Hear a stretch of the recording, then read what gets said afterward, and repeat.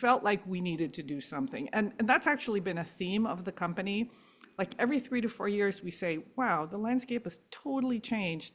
What are we going to do and be offensively and defensively in order to stay in business? Because if you don't, you might decline slowly, but you're not growing, right? They came to see me and they said, Joanna, if we build these content management systems, we're going to be out of a job.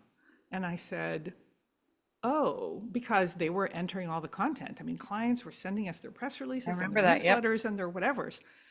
And we actually, and there was actually, that was a leadership lesson for me because one, at a company level, we needed to do something to respond to the marketplace because what was happening was the clients were increasingly saying, well, can I do this myself?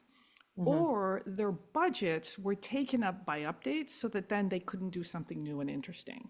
So we said, how can we turn the maintenance over to them so that we can keep doing interesting things like a really cool directory or a cool convention site?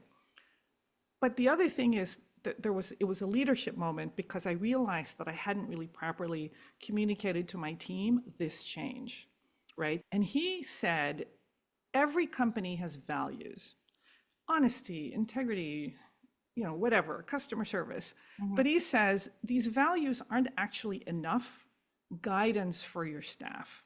So you need to give them guidance. Instead of company values, make them like phrases, right? And then constantly provide guidance about those fundamentals. So we sat down as a firm and came up with 26 fundamentals. And we wrote them down. When you start at Matrix, you get the list. And then I actually sit down with you and say, these are the company fundamentals. I will go through my favorites. But then over the course of your entire career at Matrix Group, every meeting starts with a company fundamental. So Rajani decides the fundamental for the week. Every meeting opens with that fundamental. And so, for example, one of my favorites is within Matrix Group, assume good intentions, right? So that, if you really believe this, then there's a lot of psychological safety in the company because you really believe that there's not someone out there trying to get you. So what we'll do is Rajani will say at project managers meeting today, for example, the fundamental is assume good intentions, within Matrix Group. And then she'll say, Leah, what does that mean to you? Or Brian, what does that mean to you? And Brian will say, oh, this is what it means to me. So if you're new to Matrix Group, you hear other people's voices about what these fundamentals mean. And then next week she'll say, well, next week's fundamental is don't let your boss make a mistake. So if you've been with me 10, 15 years, you've been hearing the same fundamentals over and over. And I believe that you keep hearing it over and over, it seeps into your DNA. And then if the company really lives those fundamentals, then they don't ring untrue. They ring true in your bones. So I will hear this in meetings. Somebody will say, Joanna, you know how we have this fundamental, don't let your boss make a mistake? I think you're about to walk into one. And I so appreciate that when they say that to me. And I'll give you an example of that. This is many years ago. I used to say that working from home was a privilege. And I would say, don't screw it up because then you'll screw it up for everybody. And I remember Tanya came into my office, closed the door and said, Joanna, you know how you keep saying working from home is a privilege? The younger staff do not believe that. They think it's a right. So stop talking about it as a privilege. You're pissing them off. Wow. And I was like, I was all kinds of annoyed, but I had to give her a lot of credit for saying that to me, right? Like, I'm not going to shoot the messenger. It's also, she's living the company fundamental. So for example, one of the fundamentals is don't let your client make a mistake. So it will happen that a client will say, well, whatever, we need to do this. And then somebody will say, oh, I think that's a mistake. One of our fundamentals is don't let the client make a mistake. And then we'll figure out who needs to share this message with the client, because it's not some junior dev, right? It might have to be me or the VP or a director or something. So that's an example of a fundamental that affects clients. Another fundamental that really affects clients is everything has a timeline. Another one is never communicate bad news via email or text, right? So what it does is it's rules of engagement. And if the rule at Matrix is you never communicate bad news to a client via email or text. I'm not going to get an email saying, oh, Gretchen, so sorry, we're blowing this deadline, right? We're going to have a conversation about it, and then we can have a negotiation. Every project starts with, who are your target audiences?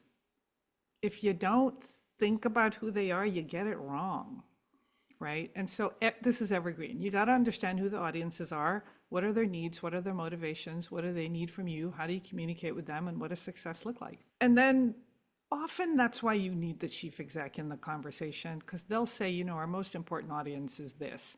And then the question is the most important audience actually an audience for the thing that you're building? So here's an example. We work with a lot of trade associations where their members are really giant, right? Like giant, like, you know, General Mills, you know, maybe it's Clorox, maybe it's, you know, some big university. Their number one audience might be the CEO, but those people aren't visiting the website. So then you don't even try. Those people aren't visiting the website. So, okay, so who are you targeting with the website? Oh, it's some subject matter expert. So now you have clarity. And then you don't consider it a failure that the CEO of Miracle Grow is not visiting the website because he never was a target audience.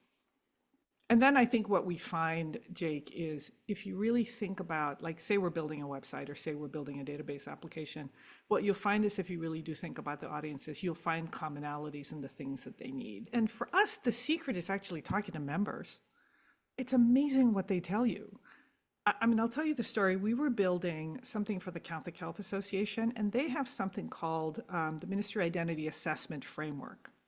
So it's these guiding principles, and they basically give you guidance for how to run a good Catholic hospital, service ministry of the church, you know, service the poor. And what you do is you have all this guidance, and then you can do a self-assessment. So they wanted to put this online. They wanted a digital version. So at first they were like, oh, we're just going to create this cute little website with, like, you know, PDFs. And we said, let's talk to the members that are actually going through this process. And they said, we need help with the scoring.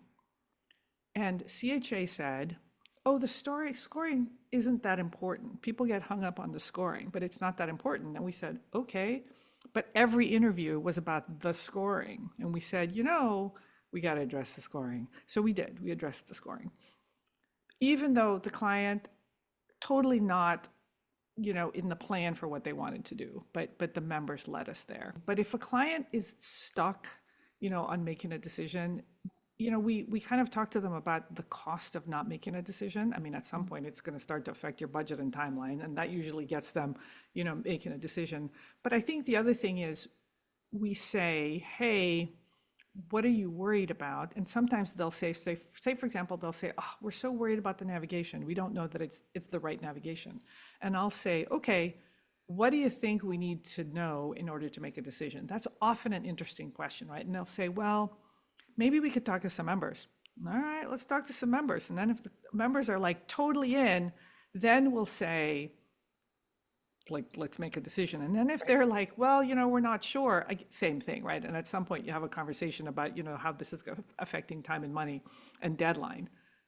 But I think the important thing is to tell clients, this is approved for now. It doesn't mean that you have to live with this forever, but we have to get to build. And then after build, what we do is we are careful to lay out, once we launch, you can change navigation. Once we build, we will train you to change the templates. Once we build, this is what you can change. There are some things that are going to be a lot harder. Pulling different fields from the API for the directory, let's try to get that right, because that's going to cost more money than just changing the navigation. So we give them kind of the framework, and they'll say, oh, I can make the changes myself? Yes. And you'll train me? Yes. Okay, this is approved. We need to have a business case. So, and it's part of our process. It was part of our SOC 2 auditing that you have to have a business case for stuff if it's over a certain amount. And even if it's simple, we have to do it, and there has to be documentation. I'm ready.